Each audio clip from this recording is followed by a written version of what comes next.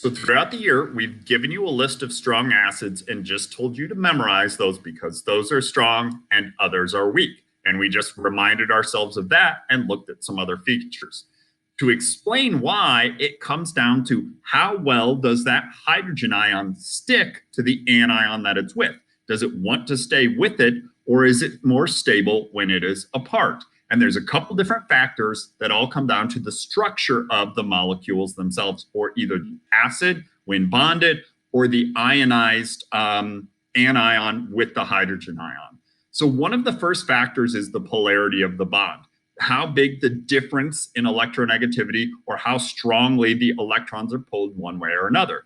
This is a factor when we're talking about atoms that are similar in size and similar in bond strength.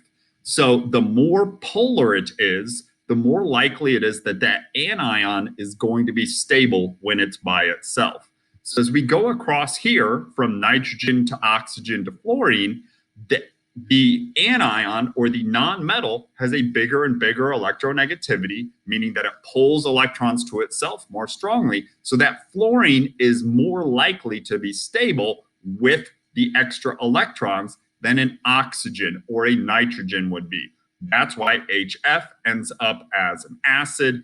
H2O can be amphoteric, but we think of it as neutral, and even NH3 ends up as a base because of that stronger pull for the electrons towards the anion and away from the hydrogen. But that factor only plays in if we're talking about similar bond strength and similar bond length. It doesn't work as we start to get to atoms of significantly different size. And that's where we would look at this list. HF is an acid, but it is weak, but HCl, HBr, and HI become stronger. If we looked at the electronegativity trend and the polarity, we would expect the opposite. But here we're talking about big differences in size and strength. The weaker that bond is to the hydrogen, the more likely it's to break apart, the more likely it is to form the anion and stay as the anion. And that has to do with, in this case, the length of the bonds. The iodide ion is much bigger, so the hydrogen's further away, and that attraction is weaker. So HI is stronger. It's very easy for it to break apart and stay apart. Some other things come up when we get into more complex things. So right here and here, this is kind of like when hydrogen bonded to one atom or one element. These next two are when we are describing polyatomic ions bonded to hydrogens. So these would be oxyacids. So in those cases, we look at what the hydrogen's on. We've got a hydrogen right here, and it's almost always, or always for our purposes, going to be bonded to an oxygen atom. Whether it's a polyatomic ion or whether it's a carboxylic acid, the acidic H, or that donatable hydrogen, is bonded to an oxygen. We then look at what's the rest of it.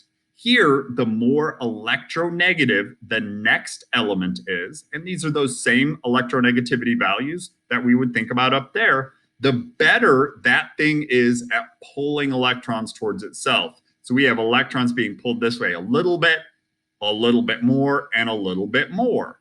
That stabilizes the leftover anion and weakens that bond from the O to the H. The H can break off and stay off a little bit more easily. Another factor that applies to this, and it even works down here, but we can describe it and understand it both ways in this case. Here I've got an O to a Cl. Well, O to Cl, well, this other O also has a high electronegativity. These and these have high electronegativities. So in all of these cases, we're still polarizing the bond a little bit more. We're pulling electrons more away from the hydrogen. But we also, in this case, get more resonance, or there's more different ways that I can draw the chlorate ion, the perchlorate ion, than the chloride or the hypochlorite. That more different ways means the electrons can be shared in more different ways, and the anion itself is more stable. All of these, even though that's 4 different factors to kind of think about and remember, it's all about how stable the anion is by itself, which then pulls the electrons away from the hydrogen and weakens that bond from the hydrogen to the anion. So if you're asked to describe these things, you want to think about and center in on a weaker bond between H and your anion and a more stable anion.